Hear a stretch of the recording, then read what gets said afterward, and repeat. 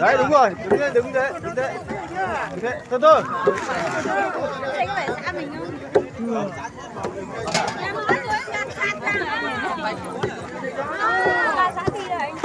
Đây không thi mà chỉ ra thôi, ra biểu diễn, trình diễn thôi. Mà không thi.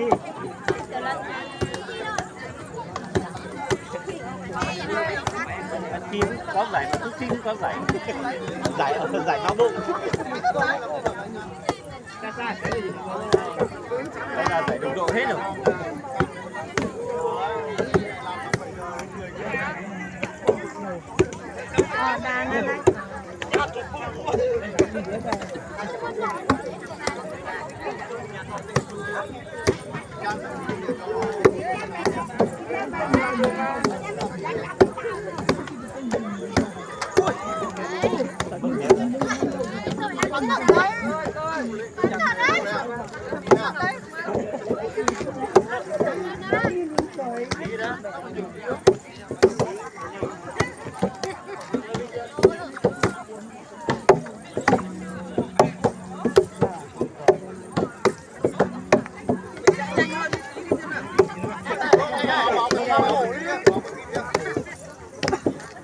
Anh ơi.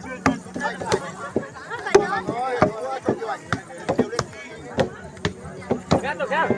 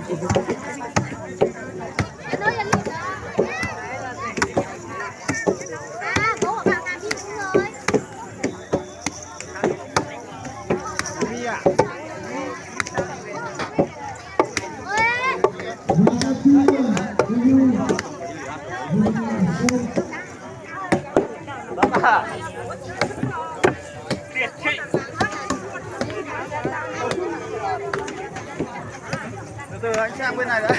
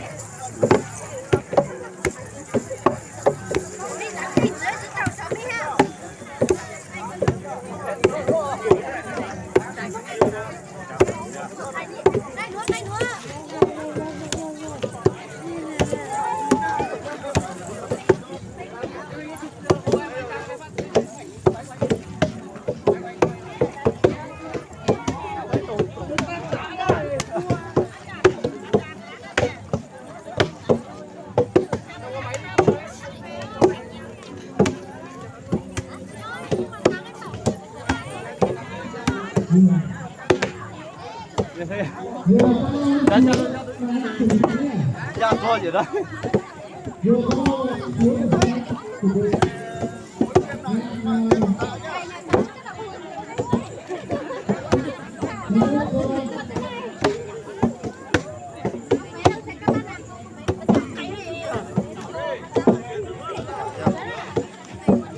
Bên này.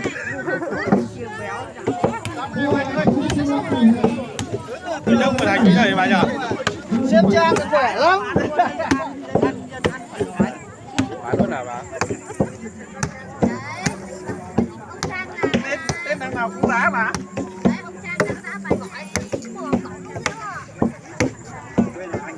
Hả? Đá nhiều hơn. Đấy.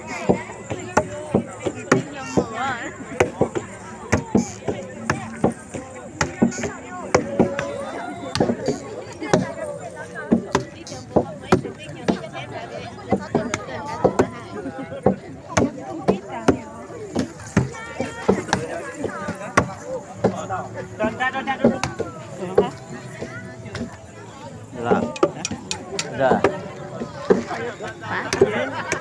Bịch cho chưa à? Đấy à? Được không?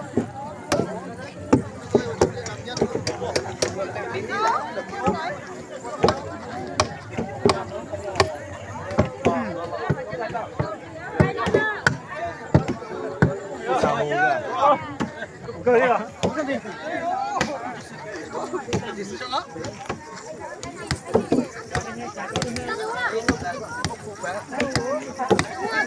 Dạ đó.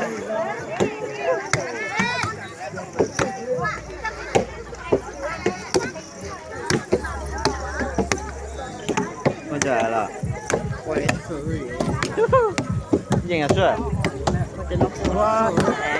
Ủa thì nó là cái cây đấy, không phải trầu đấy là nó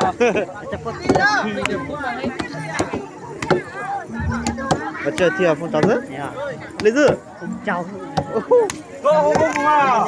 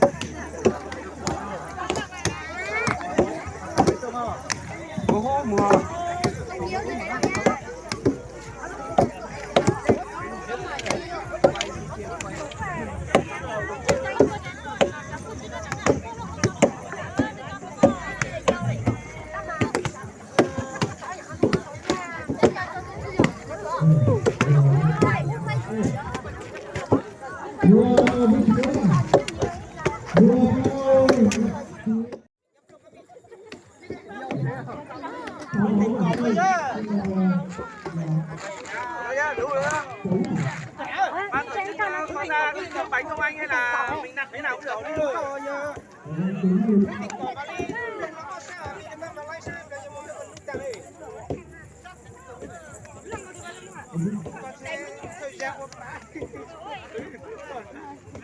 Đấy ngồi ăn thấy uống món tốt thế này. Đấy, mình làm thế nhìn thấy chưa?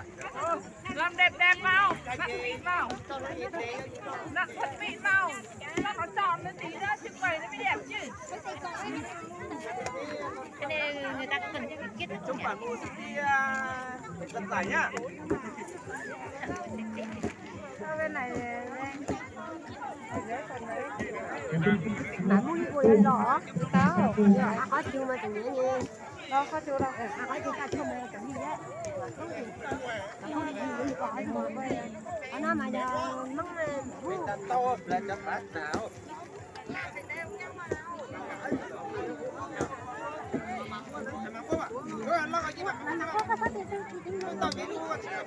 Đúng mà mắt không có cho to quá. alo chưa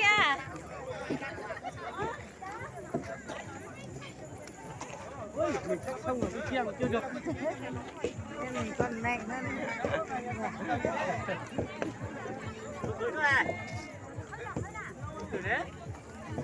giống như con là tại con đá thế nào con lại nhảy đi Em tưởng ăn nặn này để cho anh con trai nặn chứ.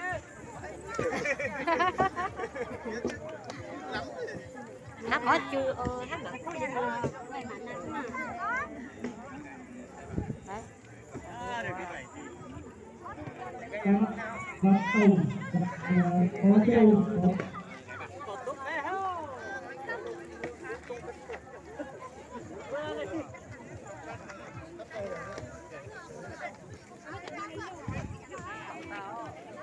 Không kêu.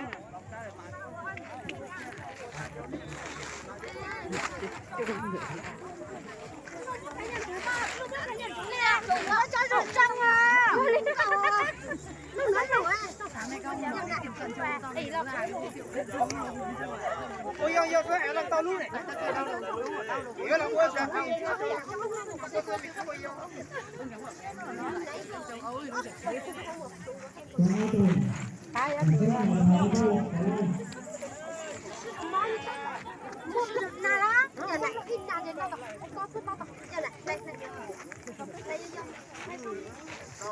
Cho đều nhau nhé, con cái bé. Con lúc khi thì chẳng nó là dặn đó. Nhưng mà nhớ gì vậy? Con hỏi là tranh nhau rồi. Ai có thật đấy Con à? nuôi nhìn thấy thôi mà nhớ con miếng gì nhỉ? Con nuôi dặn là theo. Con được tôi tổng hợp.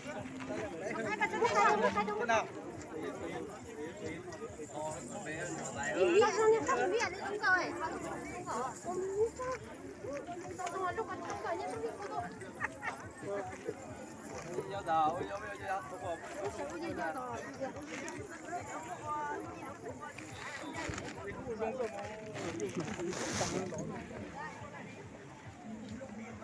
Xây chụp tổ nó xẻ.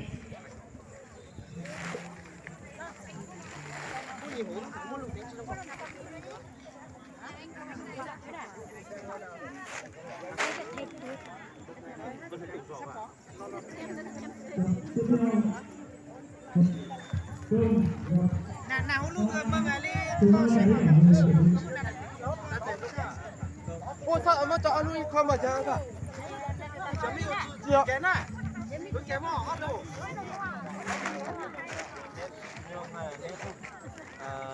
Ruộng nhỉ? Nếp ruộng. Nếp ruộng thôi, cái này nếp ruộng. Xôi này Dẻo nha. Vừa thơm thì vừa ngon. Béo tù. Vừa ăn nhá. Còn mình phải đắp thỏng. Đúng rồi. Cho thú này. Nhưng mà cái cối này dính xả, dính bánh nướng đồng. Đâu này là